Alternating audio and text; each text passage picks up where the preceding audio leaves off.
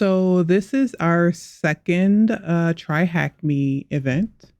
And right now we're going to finish up the intro to defensive security. And after that, we'll be moving on to the careers in cybersecurity. So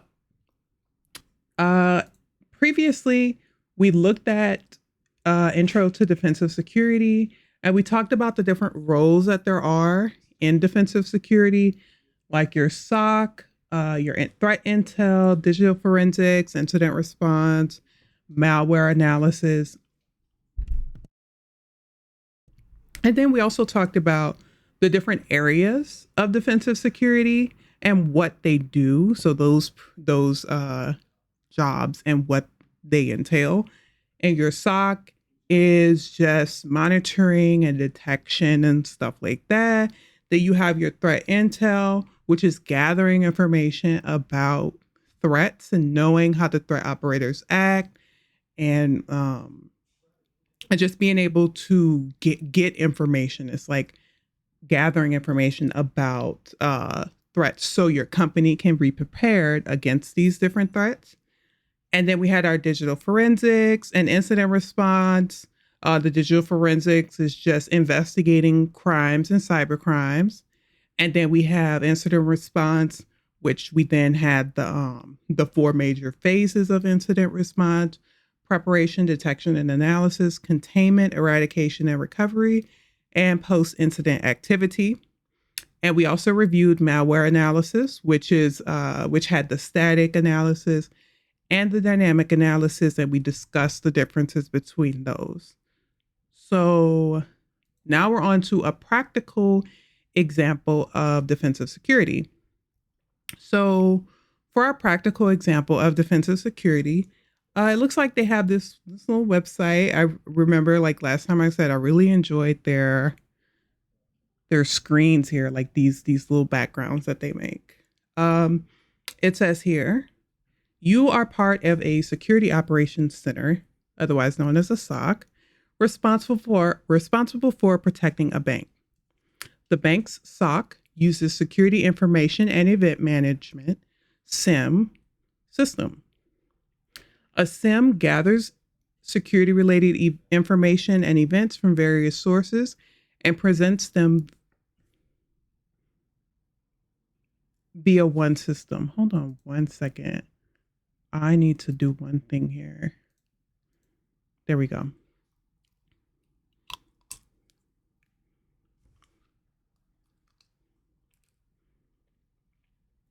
For instance, you would be notified if there's a failure, if there is a failed login attempt or a login attempt that is from an unexpected geographic location. Moreover, with the advent of machine learning, a SIM might detect unusual behavior, such as a user logging in at 3 a.m. when he usually logs in during work hours. In this exercise, we will interact with the SIM to monitor the different events on our network and systems in real time. Some of the events are typical and harmless. Others might require further intervention from us. Find the event flag in red, take note of it, and click on it for further inspection. Next, we want to learn more about the suspicious activity or event. The suspicious event might have been triggered by an event, such as a local user, a local computer, or a remote IP. To send and receive postmail, you will need a physical address. Similarly, you will need an IP address to send and receive data over the internet. An IP address is a logical address that allows you to communicate over the internet. We inspect the cause of the trigger to confirm whether the event is indeed malicious. If it is malicious, we need to take action. We need to take due action, such as reporting to someone else in the SOC and blocking their IP address. So we're going to go ahead and view our website. Okay. So we see this is our SIM. Inspect the alerts in your SIM dashboard. Find the malicious IP address from the alert, make note of it, then click on the alert to proceed. So if we look here, from the 16th. Okay. So we have a logon failures, specified account's password has expired. Then we have multiple login attempts from John Doe. And then we have John Doe successfully logging in. Then we have unauthorized connection attempt from IP address over port 22. Then we have successful SSH authentication attempt to port 22 from this IP address. So if we look at these events, it does look suspicious. So we see that we don't know what this one is. Like, we don't know who it is. Someone's account password expired. But what is suspicious is seeing multiple failed login attempts from John Doe and then a successful login event. And I'm going to assume this is 2 a.m. And then we see unauthorized connection attempt from this IP address. So that is suspicious. They were in John Doe's account. They eventually figured out the password. Then they got in John Doe's account. And then they tried to connect to something over port 22. And then they were able to do that. So we're going to say this is the suspicious event. So we have this IP address here. I'm trying to copy and paste it. It won't let me. It's the same one up here. So we'll just hit a quick Control-C. There are websites on the internet that allow you to check the reputation of an IP address to see whether it's malicious or suspicious. And if you've ever done this, it's like, what's my IP? And you can just put it in. There's also a specific one for Windows. I cannot remember the name of it. It's like IP config, but on a website, it's an interesting one. So we're going to go ahead and put in our IP address here. We're going to hit submit. And okay, it's telling us that it's suspicious. We see that the internet service provider is China Mobile Communications Corporation. We see their domain. We see that they're located in China as well. And the IP scanner is telling us that it's 100% malicious. So that means that they've had previous reports from people about this IP address. Maybe it's been, reported as abusive. There are many open source databases out there like Abuse IPDB and Cisco Talos Intelligence, where you can perform a reputation and location check for the IP address. Most security analysts use these tools to aid them with alert investigations. You can also make the internet safer by reporting malicious IPs, for example, on Abuse IPDB. Now that we know the IP address is malicious, we need to escalate it further. So we're just a SOC person. We know that we're a junior associate security analyst. So the next step is to escalate it internally at the company to see who we need to escalate this to. We shouldn't worry much if it was a failed authentication attempt, but you probably noticed the successful authentication attempt from the malicious IP address. Let's declare a small incident event and escalate it. There is some great staff working at the company, but you wouldn't want to escalate this to the wrong person who is not in charge of your team or department. So we've got a couple of folks here. We got Dominic Nash, who is a sales executive, Nadia Watson, security consultant, Carolyn Stone, an information security architect, and Will Griffin, a SOC team lead. Now, based on these job titles, we know it's not going to be Dominic, and we know it's probably not going to be Nadia, just because Nadia is a security consultant.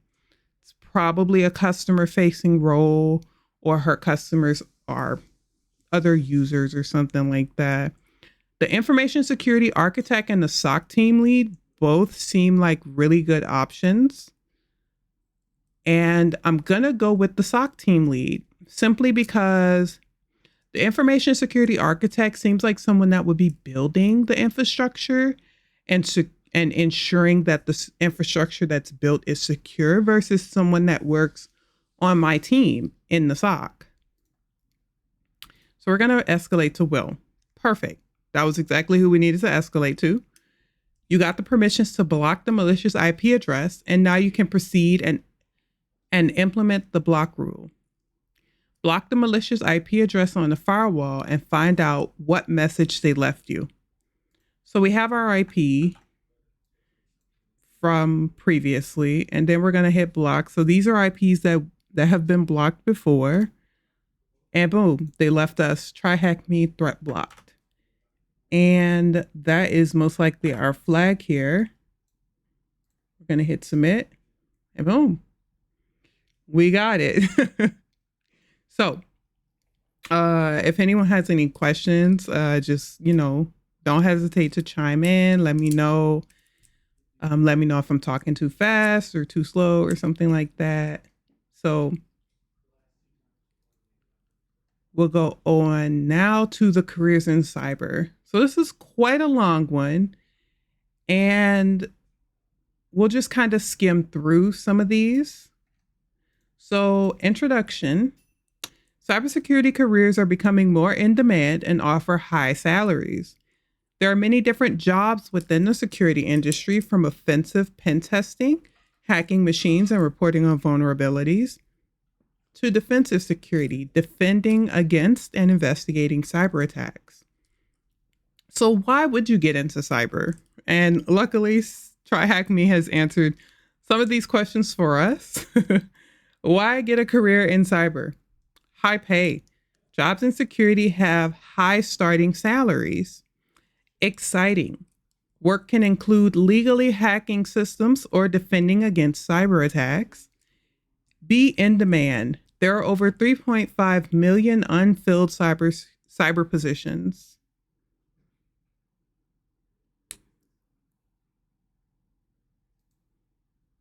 Okay, so now we move on to the next one. We're going to look at the security analyst. And this was one of the ones we looked at before. That was someone, I think in the previous lab, there was someone, or that was a security architect. I can't exactly remember. Security analysts are integral to constructing security measures across organizations to protect the company from attacks. Analysts explore and evaluate company networks to uncover actionable data and recommendations for engineers to develop preventative measures. This role requires working with various stakeholders to gain an understanding of security requirements and the security landscape. And TryHackMe, interestingly enough, has some rooms that can help you get some hands-on experience with potentially being a security analyst. It's the intro to cybersecurity, which is the one we've done now. They have pre-security and SOC level 1. And the SOC, if you remember from the previous one, we talked about briefly the role of the SOC and what they do and stuff like that. And it's on the defensive side internally. And that would be your SOC level 1 positions. As a security analyst, based on the description here, it looks like you'll be doing a lot of stuff. You can develop security plans. You can write documentation and measures taken in response to security issues. You can work with stakeholders at various levels and stuff like that within your company.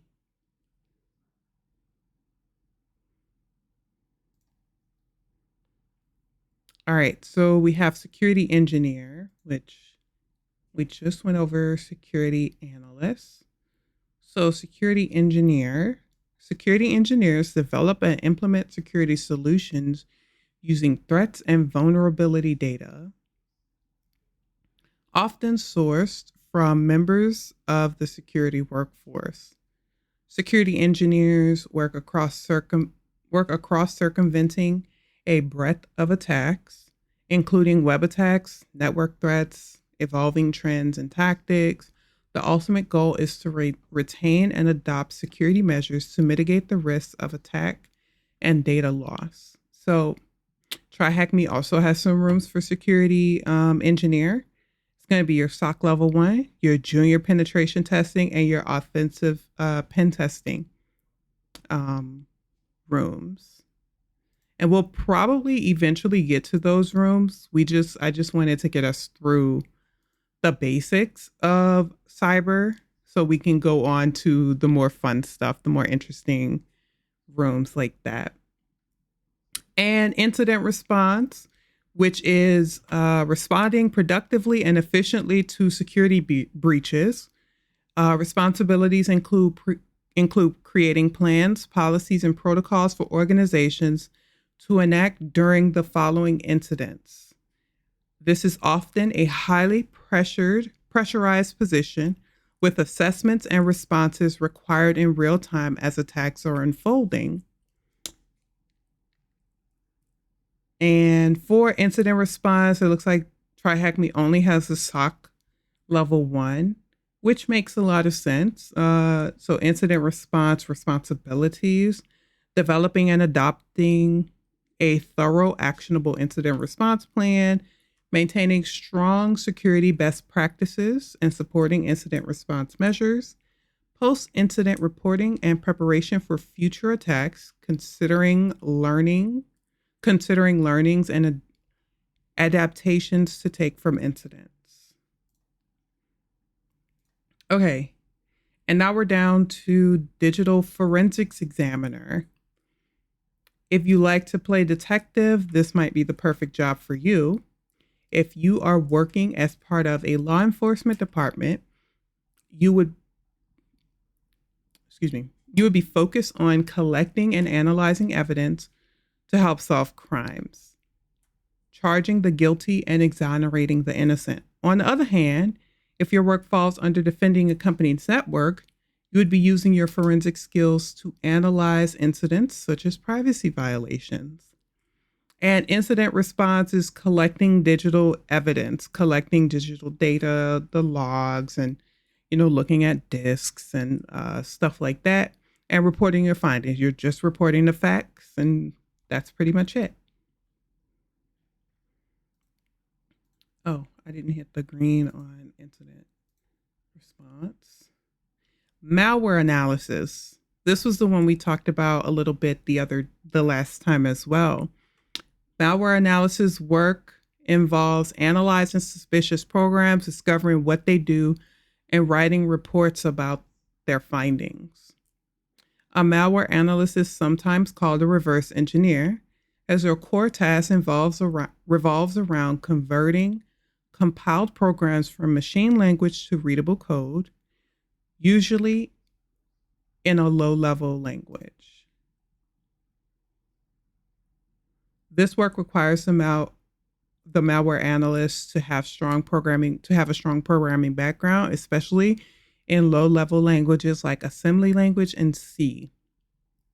And that was when we talked about the carrying out the static and malicious code analysis, and just looking at how a malware is, like, what it's doing, how it's performing, is it reaching out to some endpoints and things like that in the environment.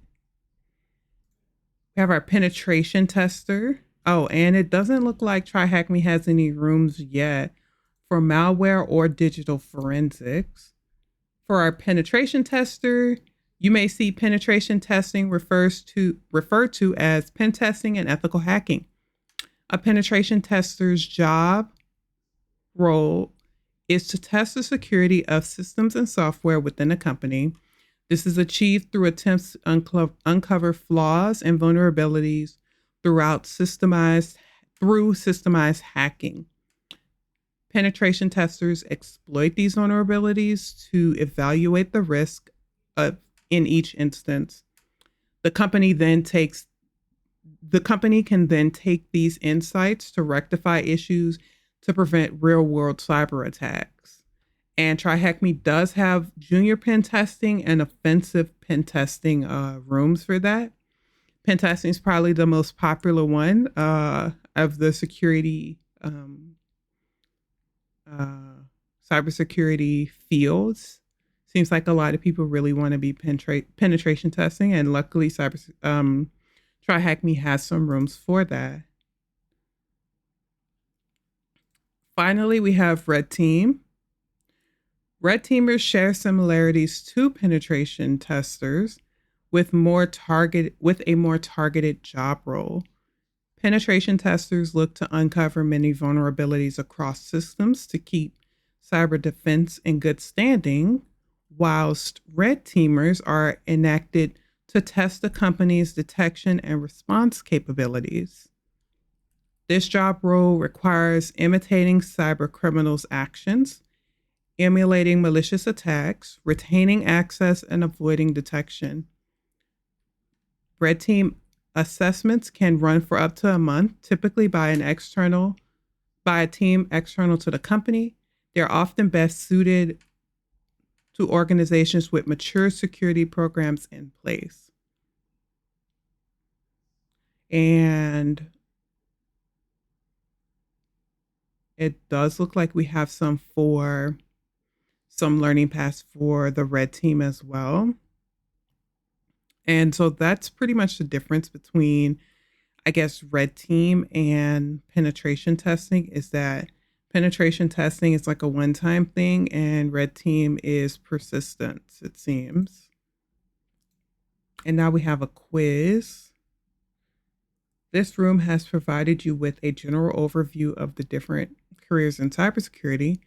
Don't forget, you can leverage online training to land your dream job in cybersecurity. To find out which security role suits you best, try our fun quiz, which you can access by clicking the View Site button. I wonder if I can give you guys a link to this quiz.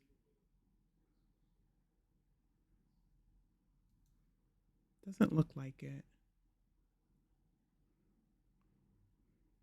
Because that would be a fun quiz to do.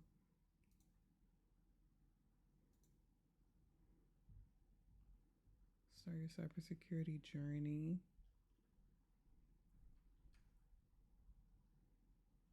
Oh, careers quiz.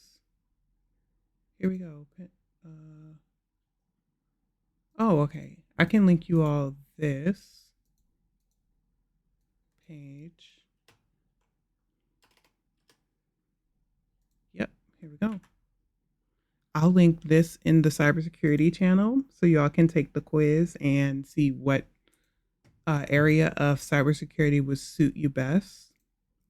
But that's pretty much it as far as the beginner rooms go. We just really wanted to get through that before we dive into hacking and doing anything else, just so we could get that out the way with regards to what cybersecurity is, what fields there are in cybersecurity, and stuff like that.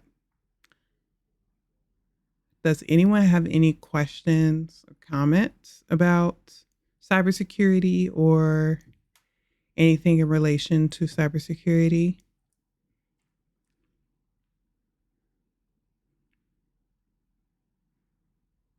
All right. So that's probably going to be it for today. And I'll figure out what room we'll go through after this for the upcoming weeks. I'm thinking since we didn't finish the intro to cyber. Oh, okay, I see. We have offensive security and defensive security rooms that we can go through. So we finished the intro to cyber. So next week we'll probably do web app and maybe operating system if we get there. And then we'll probably finish up the rest of this in the coming weeks. All right. That's going to be it for today. It was a really short session, but we were able to get through quite a bit of it. And if you have any questions, please do not hesitate to reach out to me or tag me or, message me or anything. I'm happy to help where I can. Thanks, guys.